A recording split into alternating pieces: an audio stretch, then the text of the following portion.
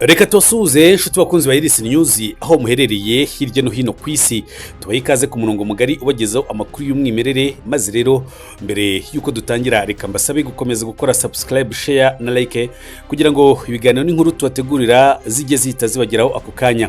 Amakuru yacu yo natinda nk'ibisanzwe ku murongo wa Iris News, muri kumwe nanjye Imanirahari Jacques.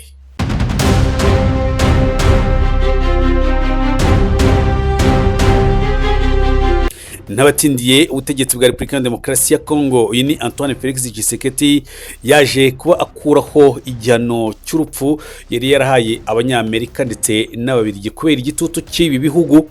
Nyuma rero yuko bari bagerageje gukura uyu mugabo ku butegetsi, byabaye muri Gicurasi umwaka wa 2024. Byagenze gute? Nibyo tugiye kuza tugarukaho muri aya makuru yacu, ariko turabanza duhere ku kudeta yavuzwe yari yateguwe nande. Murabizi neza ko mu mwaka wa 2024 ku itariki ya 19 Gicurasi muri Congo havuzwe kudeta yari igiye gukorwa n'umugabo bita Christian Malanga Musumari. Uyu rero yashatse guhirika ubutegetsi bwa Antoine Felix Tshisekedi avuye muri Leta Zunze Ubumwe za Amerika. Christian Malanga Musumari wayoboye iki gitero cyagerageje guhirika ubutegetsi bwa President Felix Tshisekedi, ni umunyekongo wavutse ku itariki ya 2 Gashyantare 1983. yakomeje rero kugaruka mu bitangazamakuru kuri icyo gihe ubwo yageragezaga gukora iyi kudeta. Yavukiye Kinshasa, murwa mukuru ubwo Congo yari cyitwa Zaire, iyobowe na Mobutu Sese Seko. Yaje kwimukira muri Leta Zunze Ubumwe za Amerika cyakora mu mwaka wa 2006, ari nabwo yinjiraga mu gisirikare. Bivuga ko mu gisirikare cya Congo yavuyemo afite ipeti rya kapiteni, ashaka kwiyamamariza umwanya w'ubudepite. Naho mu mwaka wa 2011 ariko aza gufungwa atarabigeraho, aciye mu ishyaka rya Parti Congolais Uni CPU yaramaze gushinga. Amaze no gufungurwa mu mwaka wa 2012 yahise asubira muri Leta Zunze Ubumwe za Amerika, aho yabanaga n'umuryango we, gusa ajyana akangononwa ku buryo yabujwe kwiyamamariza umwanya w'ubudepite. Ku itariki rero ya 17 Gicurasi 2017, Malanga yashinze guverinoma yo mu buhungiro ayita Nouveau Zaire, ayishingira i Buruseli mu gihugu cy'Ububiligi. Ntabwo rero uyu mugabo nyine icyo gihe ntabwo yaherukaga kugaragara mu bintu bya politike, kuko yarasigaye ari gukora ubucukuzi, yari gukora ubucuruzi bw'amabuye y'agaciro, yakoranaga n'abanyamerika mu gihugu cya Mozambique. Bivugwa rero ko igitero cyagabwe cyari kirimo n'umwana we, nk'uko byari byatangajwe nyine n'izi ngabo za FARDC icyo gihe zaburijemo iki gitero. Ibi rero byaje kuba bigize icyaha, ndetse kuri uwo munsi bikavuga ko uyu Christian Malanga we atarinze aho ngaho, yahise yitaba Imana. Televiziyo ya RTB yo mu Bubiligi mu Kuboza 2024 nayo yagiye igira amakuru itangaza kuri iri hirikwa ryabereye muri Repubulika ya Demokarasi ya Congo. Reka tugaruke by'umwihariko uko abagerageje gukuraho ubutegetsi bwa Kinshasa nyine bagiye bakatirwa bakajurira. Ubushinjacyaha bw'igisirikari cya Repubulika ya Demokarasi ya Congo bwasabye urubyiruko rw'ubujurire mu rukiko rukuru rwa Kinshasa ko rwakwemeza igihano cy'urupfu ku bantu 37. Abangaba bari bagerageje guhirika ubutegetsi bwa Felix Tshisekedi, bakatiwe nyuma yo guhamwa n'uruhare muri iki gikorwa. Igerageza ryo gukuraho ubutegetsi ryabaye tariki ya 19 Gicurasi nk'uko twagiye tubivuga, riyoborwa na Christian Malanga. Uyu mugabo bivuga ko yari afite ubwenegihugu bwa Repubulika ya Demokarasi ya Congo n'ubwa Leta Zunze Ubumwe za Amerika. We yahise yicirwa ku ngoro y'umukuru w'igihugu i Kinshasa. Mu rubanza rwa mbere rero haburanishwaga abantu 51 bashinjwa kugira uruhare muri iki gikorwa. Gusa urukiko rwa gisirikare tariki ya 13 Nzeri muri 2024 rwemeje ko 14 muri bo bahise baba abere nyine. Abandi 37 birumvikana nyine bahise bakatirwa igihano cy'urupfu, ndetse mu baherutse kunyongwa barimo abitwa bazwi cyangwa se nk'amabandi yitwa Lekaduna, baherutse gufatirwa icyemezo cyo kunyongwa ku itegeko rya Constantin Mutamba byakekwaga ko n'abangaba bagabye iki gitero baba barapfuye, ariko isi cyangwa se abantu baje kuba batungurwa n'uko abantu bari bagifunze, ndetse nibyo tuza kugarukaho muri iyi nkuru yacu, aho biri kuvuga ko abangaba noneho Antoine Felix Tshisekedi Chilombo ku gitutu cya leta y'Ububiligi na leta zunze ubumwe za Amerika baje kuba babakuriraho igihano cy'urupfu, ahubwo babaha igihano cya burundu. Nibyo tuza kuba nyine tugarukaho muri iki kiganiro cyacu. Abantu 37 rero bamijwe kugerageza gukura Tshisekedi ku butegetsi, barimo abanyamahanga, aba rero baje kuba bajurira basaba urukiko kubagira bere.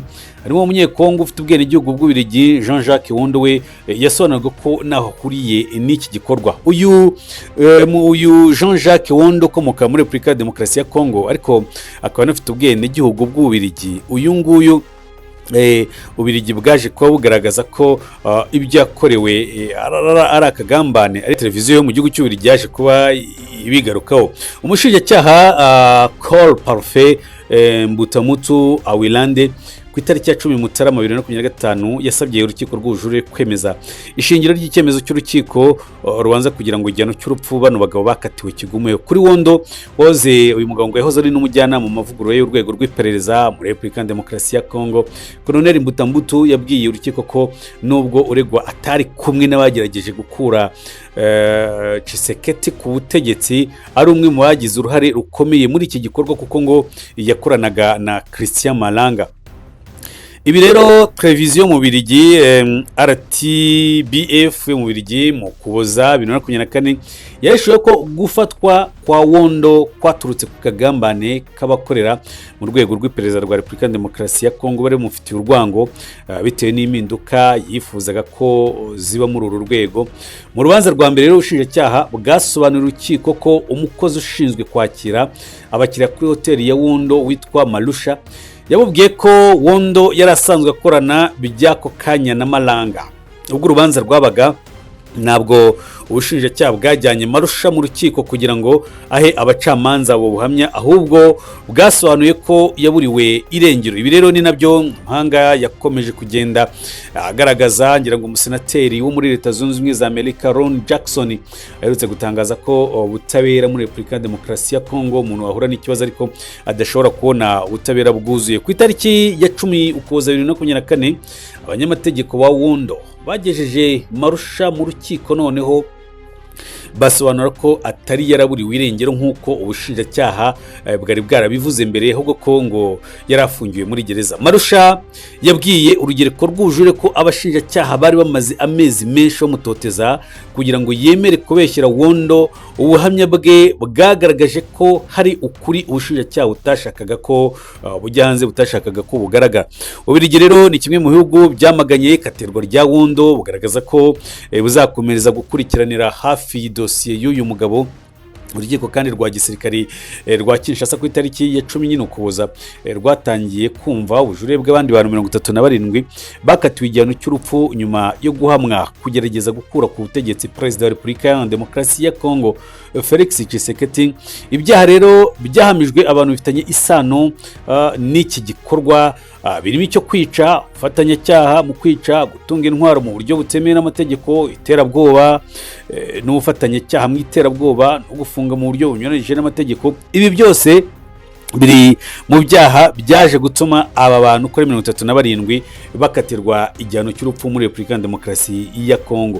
Nk'uko rero byagenze mu rubanza rwaburanishijwe n'urugereko rubanza rw'uru rukiko, uru rubanza ruri kubera muri gereza ya gisirikari ya Ndolo. Aba bantu bafungiyemo kuva muri Gicurasi 2024 ubwo nyine batabwaga muri yombi.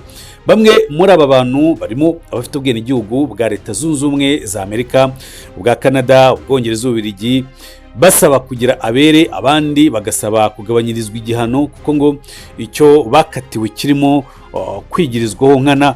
Umunyekongo rero ufite ubwene igihugu bw'Ububiligi wari umujyanama nyine muri gahunda y'amavugurura y'urwego rwa RDC rushinzwe iperereza Jean-Jacques Wondo n'umwe mu bakatiwe igihano cy'urupfu, ariko kitavuzweho rumwe kuko leta y'Ububiligi yacyamaganiye kure. Umuryango rero Wondo waraye nyine icyo gihe wanateguzaga ko uzakora imyigaragambyo n'izindi nshuti ze kuri ambasade ya Repubulika ya Demokarasi ya Kongo i Buruseli mu gihugu cy'Ububiligi, basaba ko afungurwa cyane cyane ko yari umwere. Ubwo rero Wondo yaburanaga mu rubanza urubanza muri uru rubanza mu rugereko rubanza ubwo Wondo yaburanaga mu rugereko rubanza yavuze ko atigeze agira uruhare muri iri gerageza, abwira umucamanza ko Imana ariyo izukuri kandi ko yizeye ko izamurenganura ikamugira umwere. Iri gerageza ryo guhirika ubutegetsi bwa Repubulika ya Demokarasi ya Kongo, aha turavuga Antoine Felix Tshisekedi ku butegetsi, ryabaye mu rukerera ku itariki ya 19 Gicurasi 2024. Christian Malanga n'abarwanyi yari ayoboye bateye urugo rwa Vital Kamerhe wahoze ari minisitiri w'ubukungu n'ingoro y'umukuru w'igihugu. Gusa Malanga we nyine yaje kuba apfira muri ibi bitero. Abandi baza kuba bafatwa harimo abanyamerika nk'uko twabivuze, harimo abanyakanada, harimo abangaba bakomoka muri Repubulika ya Demokarasi ya Kongo ariko bafite ubwenegihugu bwa Leta Zunze Ubumwe za Amerika. Byagenze gute rero kugira ngo Antoine Felix Tshisekedi aze kuba yisubira ku cyemezo cyari cyafashwe n'ubushinjacyaha muri Repubulika ya Demokarasi ya Kongo? Muri iyi minsi ngira ngo ku mubano utameze neza hagati y'u Rwanda n'Ububiligi, umubano utameze hagati y'umutwe wa AFC M23 ukomeje kurwanya ubutegetsi bwa Repubulika ya Demokarasi ya Kongo, Ababiligi bari kuvugira mu kwaha kwa Kongo. Ababiligi bari nyuma ya Repubulika ya Demokarasi ya Kongo kubera ubutunzi n'inyungu bashaka. Ni nako Repubulika ya Demokarasi ya Kongo iri gukora ibishoboka byose kugira ngo abanyamerika bayibe hafi, haba mu kubatoreza igisirikari, mu kubaha ibikoresho birimo nk'intwaro ziremereye bashobora kwifashisha mu guhangana n'umwanzi. Nubwo ubusesenguzi hano muri Repubulika ya Demokarasi ya Kongo bukomeza bugaragaza ko mu gihe cyose Kongo nubwo yahabwa ubushobozi bumeze gute, amafaranga igahabwa ibikoresho, ariko itaragira igisirikare cyubatse neza, idashobora kuba yarwanya imitwe y'iterabwoba ibarizwa mu burasirazuba bwa Repubulika ya Demokarasi ya Kongo, harimo n'umutwe wa M23. Iki gihugu cyakomeje kuba ko ariwo mwanzi inimero ya mbere badashobora kuvugana nabo. Ni mu gihe nyamara Repubulika ya Demokarasi ya Kongo yamagana umutwe wa FC M23 ivuga ko ifashwa n'u Rwanda, ikirengagiza indi mitwe isaga ijana ikora mu burasirazuba bwa Repubulika ya Demokarasi ya Kongo ikomeje kwica abaturage b'inzirakarengane. Ibyo byose rero Tshisekedi uri kugenda ushaka amaboko haba mu Bubiligi haba muri Leta Zunze Ubumwe za Amerika. Igihari nuko uyu mugabo noneho kuri Leta Zunze Ubumwe za Amerika bishobora kuba biri kuvuga ko hari ibyo yabumvikanye haba kuri Amerika ndetse n'Ububiligi birimo gukuraho igihano cy'urupfu kuri abari bakatiwe igihano cy'urupfu. Tshisekedi rero, Perezida Felix Tshisekedi wa Repubulika ya Demokarasi ya Kongo yaje kubakuraho nyine iki gihano cy'urupfu, akuraho kuri aba banyamerika batatu bagerageje kumukura ku butegetsi tariki ya 19. Cyakora Ububiligi nabwo buracyashyize imbaraga kuri Jean-Jacques Wondo, uyu nawe wari washyizwe mu rwego rw'iperereza ariko akaza kwitwa umugambanyi, byaje gutuma nawe akatirwa igihano cy'urupfu.